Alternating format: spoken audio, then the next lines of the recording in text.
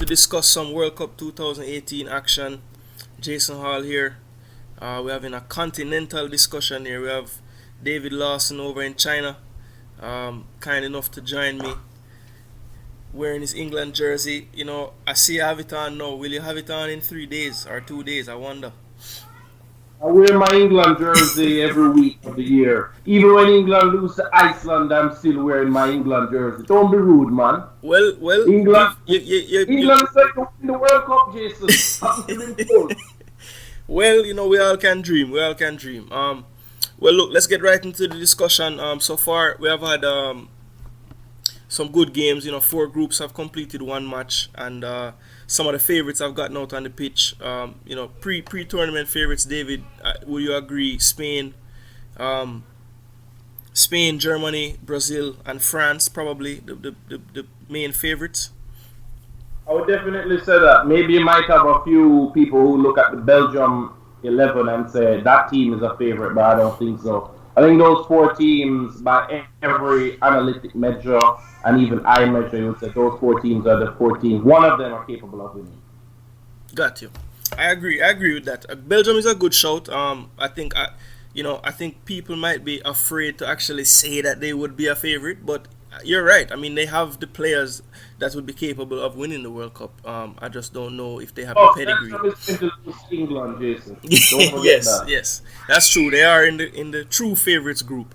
But on a serious note, obviously, the biggest match so far at the World Cup for sure was the Spain-Portugal encounter.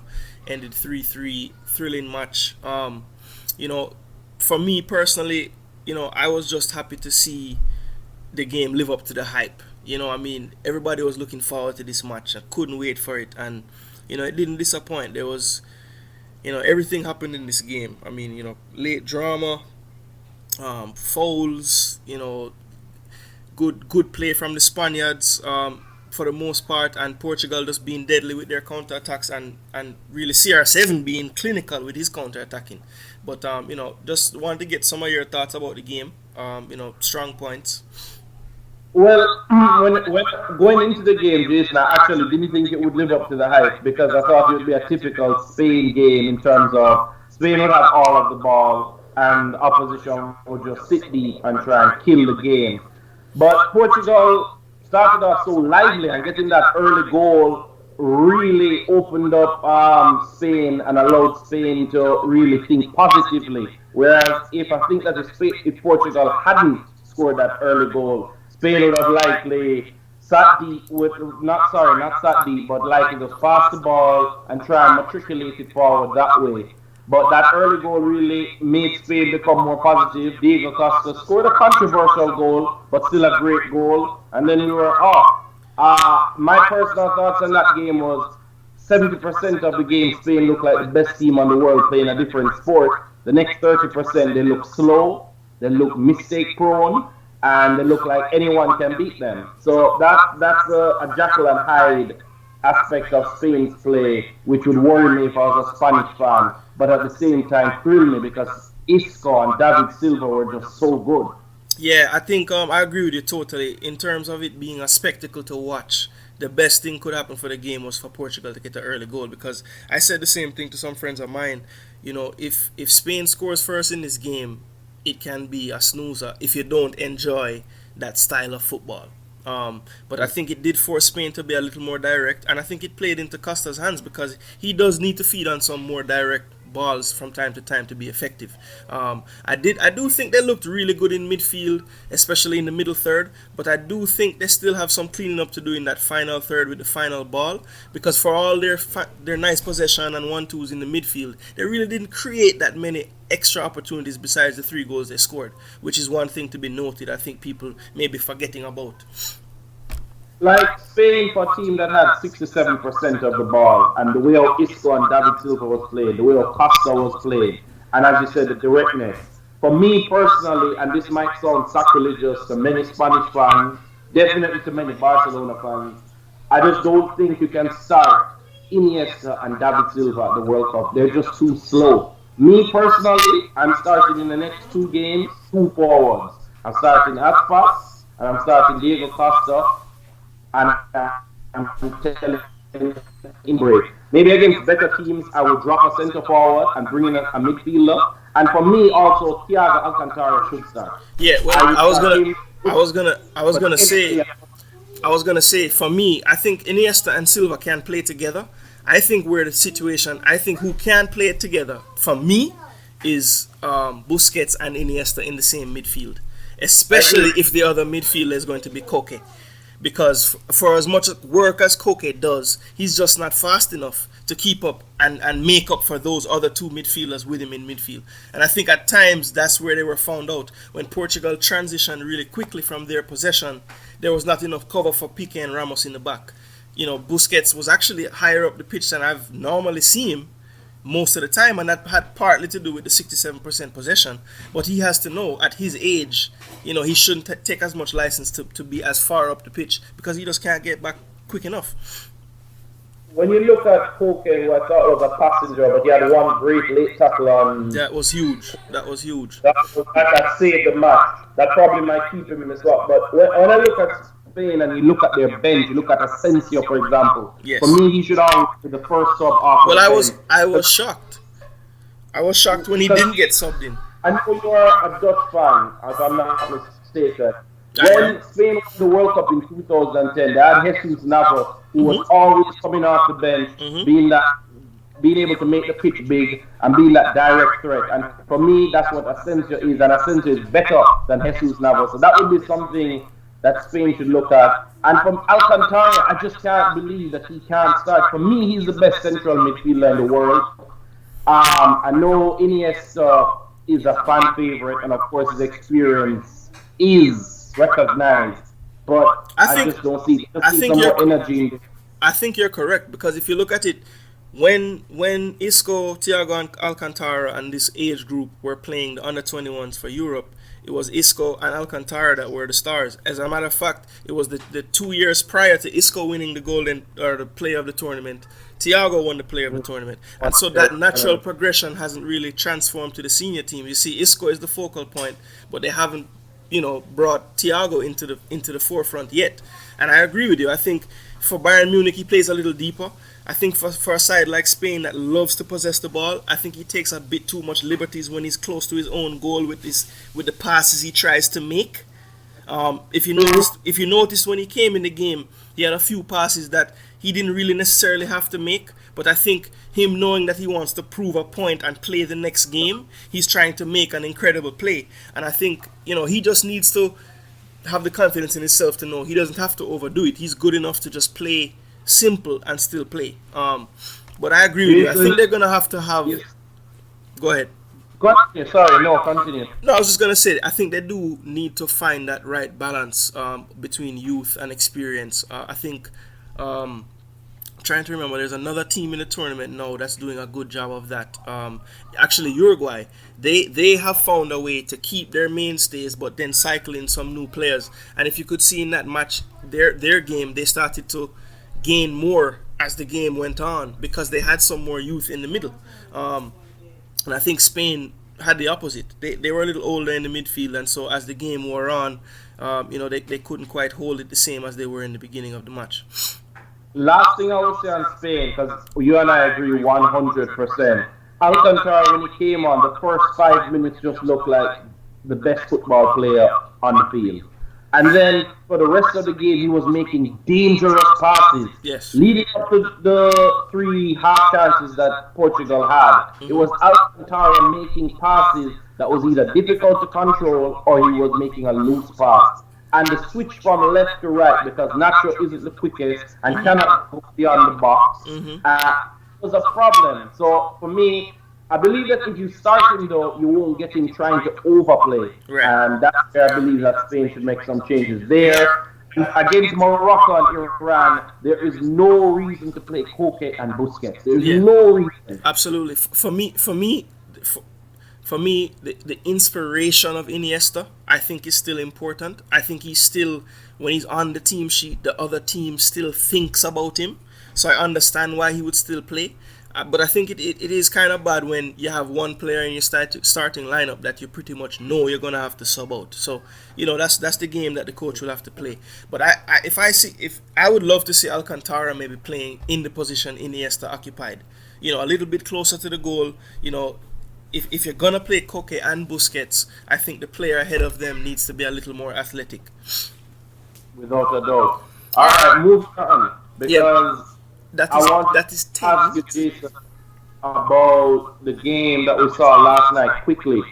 I just want to ask you quickly because I don't want to get too much into the Messi, Cristiano Ronaldo debate, but transitioning, speaking about the Barcelona player Iniesta, Messi. What was your thoughts quickly on his performance yesterday?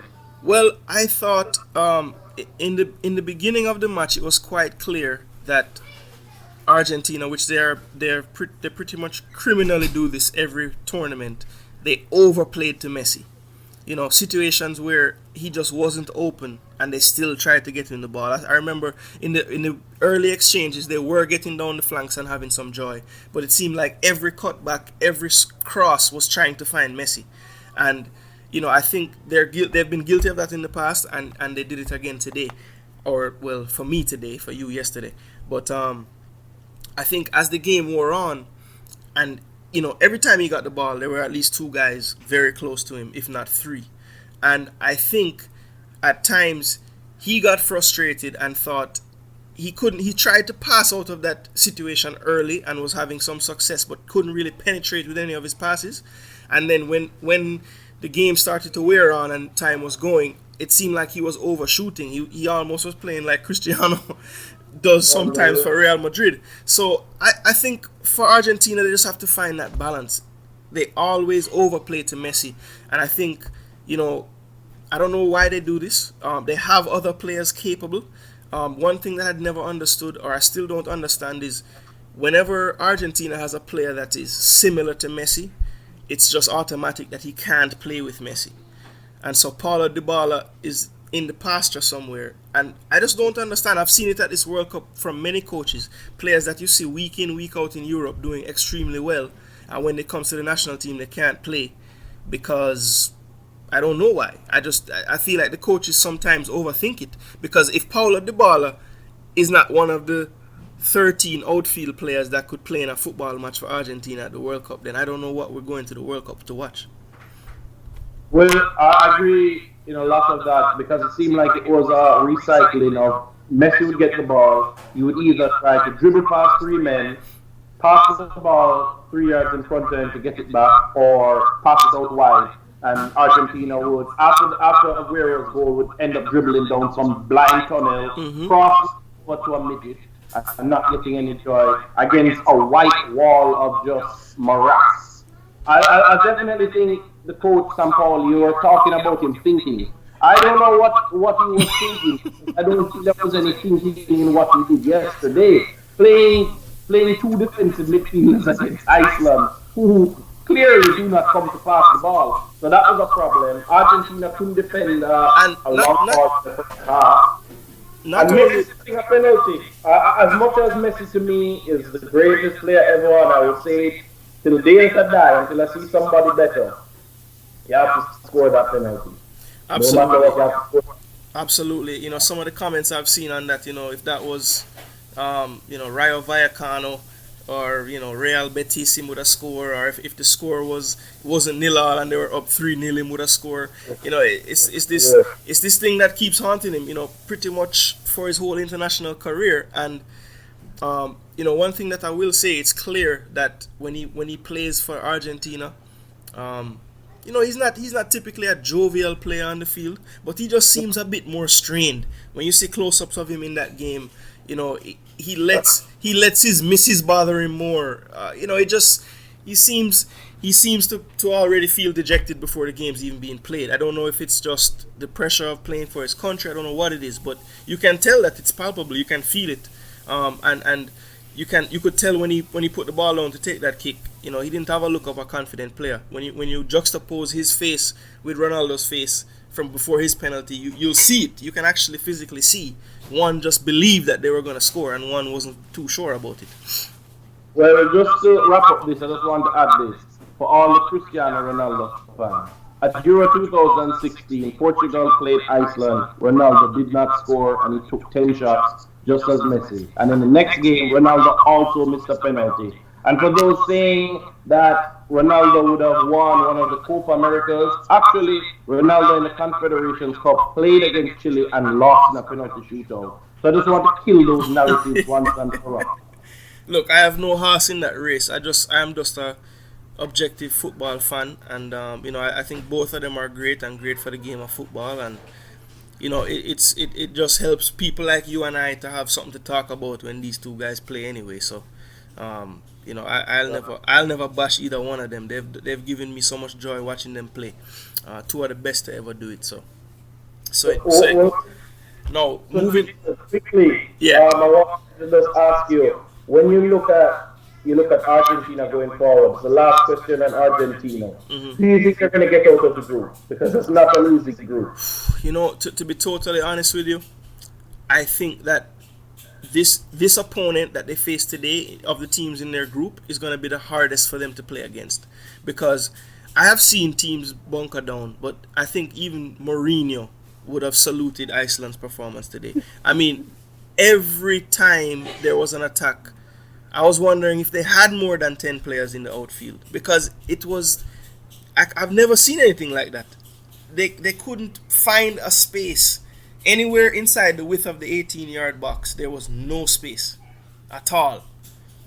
And so I think when they play a team that has the attacking threat to actually go forward and try to build attacks, it will suit Argentina a lot more. Messi will find those pockets in between lines, because if to be totally honest, they were playing so deep there were no in between lines to find. And so I think when the game is a bit more stretched and the other team actually is thinking about playing more than 2 passes to get to the goal, I think they'll have a bit more joy. Because to be honest with you, I don't think they played terribly today. I just think Iceland had a great plan, and Sampaoli did not have, or the players themselves did not have the answer to their plan.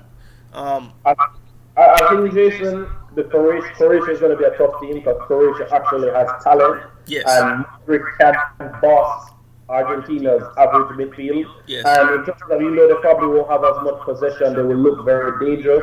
Croatia has this ability to make these diagonal 5 to 8 yard passes and just get to your goal very quickly. Mm-hmm. Against Nigeria, I do think Argentina will win, just as what you said, with the open net. But if they can get a draw against Croatia, I do think they'll go, because that's they'll beat Nigeria. I believe that look, Iceland, for all the 1-1 draw that they got today, I think people need to understand that they're a good side, they're well drilled. But I wonder if when they go up against a Croatia and they go up against an Argentina or a Nigeria, are they going to be as sturdy and so adamant about having everyone behind the ball at all times? I don't know. No, I think they did it, and then it all fell apart against France. The thing with Iceland is simple. If you score a great goal early and they don't score their one chance, they're in trouble. Right. Simple. Yeah, that's a good point, because with Aguero scoring in the 19th minute, 4 minutes later, first attack by Iceland, they equalized, and so we never got a chance to see how Iceland would react if they had to come out. So that's the thing. But I still think Argentina is gonna get through the group. After today's game, I'm wondering if they're gonna get that first place. I think it's gonna be tough. I think right now, just based on performance, and even some would argue on paper, Croatia is a better side. Yeah, honestly, in terms of chemistry, system, organization, Croatia is better than Argentina. And let's not forget, like today, it seems as if Caballero is going to give up at least 1 goal every game. So that's something you have to think about as well. He's a joke. Yeah, utter disaster. Yeah, he's a joke. So look, that's pretty much the before we move on from who we've seen so far, another team that was highly touted by the fans out there, my father being one, are Le Bleu, as I should say. They had a lackluster performance today, I thought. I mean, I'll let you start out the conversation on them. But what I do want to say about them is, just before the World Cup, I had a chance to watch them play that USA team. The youngsters that USA sent to France, and it seemed to me in that game that France were just devoid of ideas, and I worried about them going into their group, and especially their first game, knowing that Australia were going to have a very similar setup to how USA set up that day, and it seemed to show today in today's game. They started out okay, but I think they didn't really carve out any great goal scoring opportunities, and I thought their strength in the USA game, which was when Dembele, Mbappe, and Griezmann were on the field together, was almost their weakness today, because it seemed as if they never really figured out where they wanted to be when they attacked. There were a lot of times early in the game where they kind of were wanting to go into the same channels, and I wonder, did Deschamps do enough work with the three of them in training so that wasn't happening as frequently as it was early on in the game? When I look at France, Jason, sorry, every French journalist, every French blog that you read, whatever you listen to, they always say France blows hot and cold. My summary of France is simple. If you give France space based on their team speed and the individual brilliance of many of their players in a moment's notice, the ability to turn and move quickly, they will destroy any team if you give them space. Any team that gives France the ball and forces them to have to dictate the game and play against, like what we saw Argentina have to play against, yes, they are going to off. They are a team of individual moments rather than a team that is built to dictate and dominate for 90 minutes. And that to me is summed up by Pogba, who is a brilliant footballer in short bursts. If you were to just take short bursts of every football game that Paul Pogba plays, and you just put it together like 1 minute, yeah, he's the best football player in the world. Mm-hmm. But when you watch for 90 minutes and you see many flaws, you realize why he isn't a Luka Modric, why he isn't a Toni Kroos, because those guys don't have his individual ability on the ball, but for 90 minutes they will just destroy you in ways that Paul Pogba just cannot do. He scored a goal yesterday, which, again, individual moments. And that to me is where France is going to probably falter. When teams are tactically able to sit off and force you for long spells to try and break them down, yeah, and then get at the back. And that's where I think France inexperience and inability is going to come and haunt them. But they have a very good team. They do. And the answer that is simple: when they play against a better side like a Brazil or a Spain or a Germany, they will come at them allowing Mbappe and Dembele to really get in behind. So, like what they did against Germany at the Euros, Germany dominated for most of the game. They got a penalty. Moments of brilliance. Yeah, so that's it. Well, another head scratcher for me on the managerial front was from Deschamps today. Me personally, when you go into a tournament like this, or even a club team, if you have your talisman, the guy who you want to take you to the World Cup, who in my estimation should be Antoine Griezmann for France. I don't care how bad he's playing in a game, especially with it being the first game of the World Cup. The game was 1-1 all at the time, if I'm not mistaken. And he puts on he takes him off, and I couldn't believe. I think he took off Giroud and Fekir came on. He took off Dembele and Griezmann. And I was shocked. Yeah, Dembele had a nightmare, and like you said about France, he's the epitome of hot and cold. Dembele. I mean, I haven't seen him play an average game ever. He's either one of the greatest looking players in the world, or he's like, how did he cost that much money? That's the difference with him. But I think, going back to my point about Griezmann, I wonder how he will react in the next game, knowing that he got subbed out of a game when his team needed a goal. I just wonder what that does for his psyche. Well, the good thing with Griezmann is that he did score the penalty, and Griezmann is a natural goal scorer. So in the next game, you look at the next game, it's one of those situations where if he scores early, he will be all right. If he doesn't score, then maybe he'll start to weigh on him, obviously. But I don't really too worry about this French team in this group stage, because you look at the likes of Peru, and Denmark. I thought Peru was actually better than Denmark, even Absolutely. though Denmark won the game. You might think that's a crazy statement, but to me it isn't. I thought Peru missed a penalty, missed some No, chances. I Denmark. I don't really see those teams having the. Even if France is cold, France have so much individual quality that they will be able to either get a draw if they need to be and get the other win to win the group. Yeah, I totally agree. I think with the Peru game, it showed when Guerrero came on his quality because as soon as he got onto the pitch, I think they created like 3 or 4 chances in the first 10 minutes he was on the field. And it just made me think back to the first 15 minutes of the game when they had about 2 or 3 good opportunities. And I just wonder with Guerrero in the game, does he put one of those away early and is the game different? But I agree with you that they outplayed Denmark today. But Denmark is a well drilled team. I mean, they're not very easy to break down. I thought Peru just played really well, and we're breaking them down because they were playing really well, and just couldn't score. I thought Korea was really good as well on the Yeah, right hand. Korea was excellent. I thought apart from the penalty miss, Cueva was excellent. Yeah. I thought Farfan did a better job than I thought he would do holding up the ball in the first half. You know, and their wing back, the right back, Advin Kula, I believe his name is. He's quite a player. Yeah, it's been cooler. Yeah, he's quite a player. He looked very good today. I believe he plays in Mexico, but I'm wondering if a move to Europe might be in the cards for him.